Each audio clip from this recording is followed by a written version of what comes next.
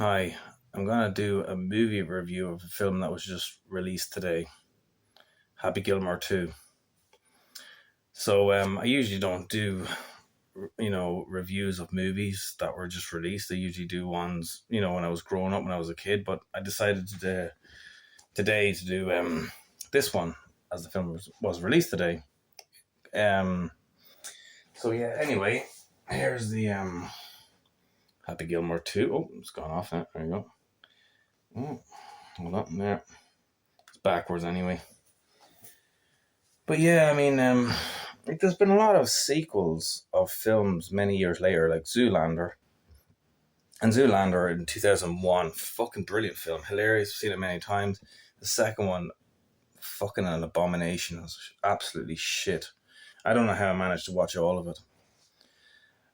Dumb and Dumber, the original, fantastic. Dumb and Dumber 2, forget about it, rubbish. There's been a lot of sequels of movies from decades later that's been all awful, with the exception of this one. This was brilliant.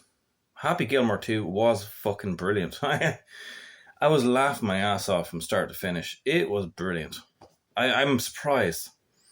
I had no intentions of watching it, but I found out it was released today, and someone up on YouTube, this guy called Minty, he's an Australian guy, and I'm subscribed to him, and he posts up reviews, and I didn't watch his video yet, but I was like, okay, why is there a review on this film already? It's not been released, and I haven't even watched that video yet.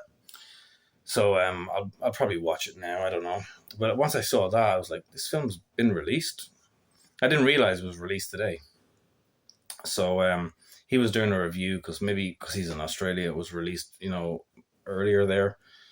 So I was thinking, okay, well, I'll check it out then. I didn't want to see any reviews. I didn't want to read anything. I didn't want to hear anything. I wanted to see it from my own perspective and then judge it from my own,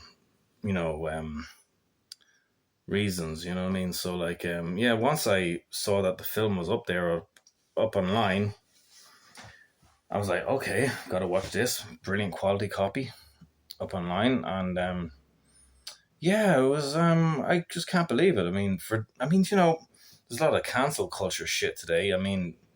These guys don't give a shit. Thankfully, they don't. Maybe because Adam Sandler's a Republican, maybe he doesn't give a shit about things like that, and rightfully fucking so. I'm not. I'm just saying. I could be wrong.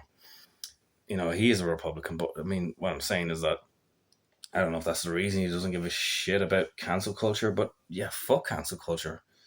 Like Ben Stiller, who's also in that movie, he defended his own film, Tropic Thunder, that was made in the late 2000s. One of my favorite films of all time. One of the funniest films ever made. Robert Downey Jr., fucking hilarious. With Ben Stiller as well. And Matthew McConaughey. Brilliant film. But anyway, yeah, back to Happy Gilmore 2. So, yeah, the film just starts off like showing Happy where he was at a time in his life. He's an alcoholic, and he's got these four boys and this girl, and the girl is actually played by his real life daughter. Sunny is her name, and she plays his daughter. I've seen her in many of his films, over the years, because he always casts her like all the way back to the 2000s or whatever. Like, I know Plenty Chuck and Larry and That's My Boy and stuff like that. And his other daughter, Sadie, who's also in the film, plays a recovering alcoholic in an AA meeting, which is held by Ben Stiller's character, Hal L. And there's more to that. But if I tell you what happens with Sadie's character, Sadie Sandler's character, it'll give away the ending. So she's just a member of AA. But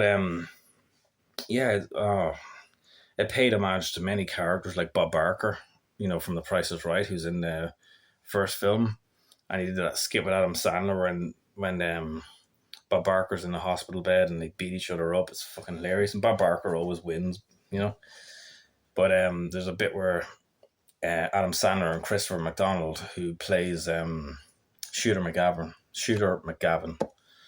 and they have a fight in the cemetery, and they see all the the dead people, including like Happy's grandmother.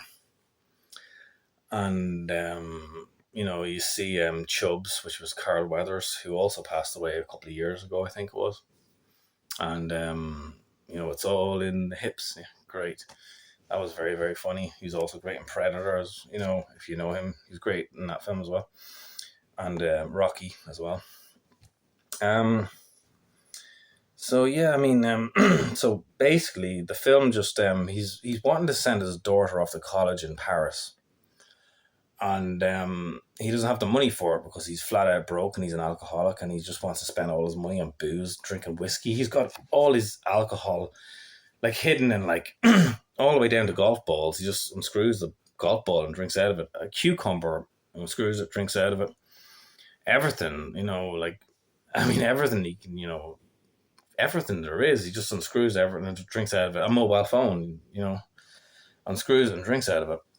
So he just, that's fucking hilarious. That's a really genius idea, actually, alcohol in every single fucking thing you can think about, and a cuckoo clock as well. It's like once that opens, it's like a fucking bottle of Jack Daniels comes out.